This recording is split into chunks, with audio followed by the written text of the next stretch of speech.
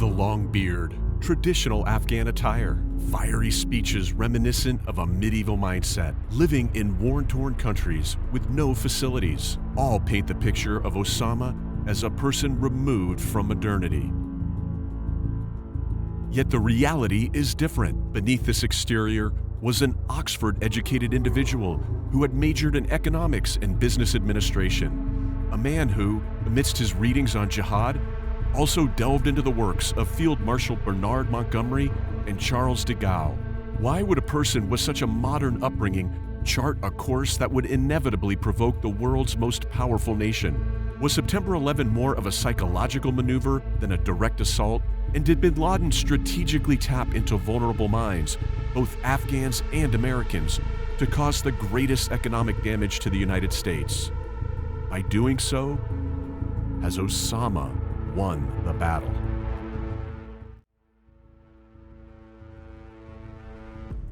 Osama bin Laden first emerged on the global stage as a wealthy Saudi, deeply connected in the Middle East, aiding the Afghans in their battle against the Soviets. Far from the comforts of his education in Saudi Arabia, he found himself at the heart of a historical conflict. Instrumental in mobilizing troops and strategizing attacks, Osama cultivated connections with several intelligence units, notably the Saudi intelligence, Pakistani's ISI, and even the CIA.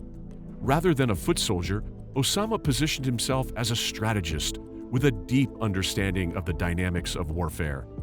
By 1989, after a decade-long brutal conflict with the Afghans, the Soviets withdrew. While many believe it was the relentless guerrilla warfare by the Mujahideen that forced them out, but it was their faltering economy that made them. In 1979, the Soviet Union was a financially robust powerhouse. In fact, it was this financial and military strength that led them to invade Afghanistan. However, by 1989, the staggering costs of sustained warfare had severely weakened them. At the end of the war, the Soviet Union had lost nearly $120 billion in today's value, a significant strain that destabilized their economy and contributed to their eventual dissolution. Drawing from this, Osama might have seen a trend. When a rich country fights a poorer one, the rich country suffers more. Understanding these dynamics may have been foundational to the 9/11 attacks, a move designed to provoke the rich, the United States. Upon the conclusion of the Soviet-Afghan War, Osama returned to Saudi Arabia to a hero's welcome. He began to view himself increasingly as a defender of Islam, but geopolitics were shifting. Saddam Hussein's invasion of Kuwait alarmed Saudi Arabia, prompting them to seek U.S. assistance amid fears of being the next target. Bin Laden, with his strong Islamic convictions, felt that U.S. forces inside Saudi Arabia is a disgrace to Islam and wanted to remove them from his nation. He even met King Fahd along with Saudi Defense Minister Sultan and proposed that the kingdom rely on his seasoned Arab legion rather than depending on a non-Muslim nation, the United States. When Sultan asked how bin Laden would defend the fighters if Saddam used Iraqi chemical and biological weapons against them, he replied, "We will fight him with faith." Clearly, he was overambitious because of his recent success in Afghanistan. Bin Laden's offer was rebuffed, and the Saudi monarchy invited the deployment of U.S. forces in Saudi territory. For bin Laden, it was a great insult, igniting the inception of his profound animosity towards the United States.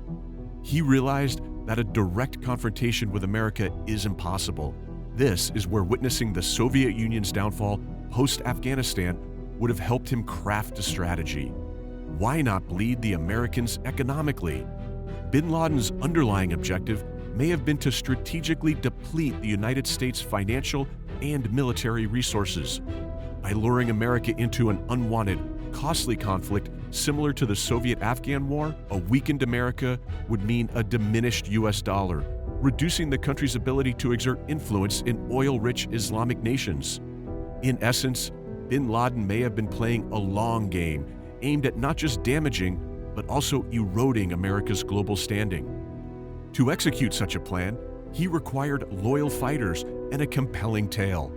Picture this: U.S. troops stationed in Saudi Arabia, the very land that cradles Mecca and Medina. The narrative alone is electrifying. And you've got a story that resonates, provoking deep emotions in the Muslim world. To gain the attention of United States, bin Laden and his Arab Legion started their evil planning, and the first incident that sparked the fire for 9/11 was the assassination of Rabbi Meir Kahane in 1990. Rabbi Kahane, a provocative American-Israeli figure, met his end in Manhattan at the hands of Egyptian-American El Sayed Nossair. Connections later surfaced between Nossair and Al-Qaeda. Barely had the echoes of this event faded when the 1993 World Trade Center bombing took place. A truck bomb exploded in the center's parking garage. The brainchild, Ramzi Youssef, was financially backed by Khaled Sheikh Mohammed, the same man who financed 9/11 attacks, and this is the first time bin Laden was linked to the attack. The same year, the peril grew with the exposure of the 1993 New York City landmark bomb plot, orchestrated by the blind sheikh Omar Abdel Rahman. The plan was to attack multiple targets: the UN headquarters, the Lincoln Tunnel, the Holland Tunnel, the George Washington Bridge, the St. Regis, the UN Plaza hotels, and the FBI's main New York office. By 1996, these threats had a global resonance, underscored brutally by the Khobar Towers bombing in Dhahran, Saudi Arabia. A truck bomb annihilated a part of this housing complex, a residence for many U.S. military personnel, claiming 19 American lives. The U.S. later brands bin Laden as a prime suspect. The expanding reach of terror became unmistakably clear in 1998 with the U.S. Embassy bombings in Kenya and Tanzania. Al-Qaeda, in a brazen display of its growing global footprint, orchestrated this tragedy, leaving 224 dead and thousands more injured. 2 weeks later, U.S. President Bill Clinton names bin Laden Washington's biggest enemy and launches cruise missiles at sites in Afghanistan and Sudan. Slowly, America was falling into Osama's trap, spending vast resources and unintentionally turning the Afghans against them. To add salt to the wound, bin Laden launched a direct assault on American military.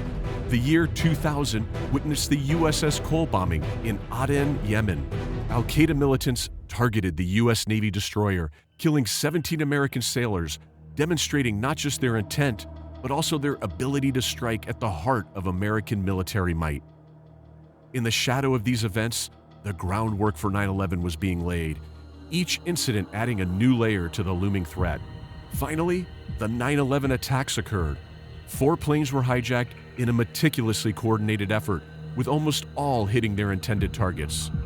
The tragedy not only shook the nation, but also provoked a global outcry. Unlike previous attacks against the U.S., the scale and devastation of this event left America with no choice but to respond. The U.S.'s response was precisely what bin Laden hoped for: a costly, drawn-out conflict that he believed would weaken the U.S. economically and politically, akin to the Soviet experience in Afghanistan. And so, the war on terror started, and the playground, Afghanistan.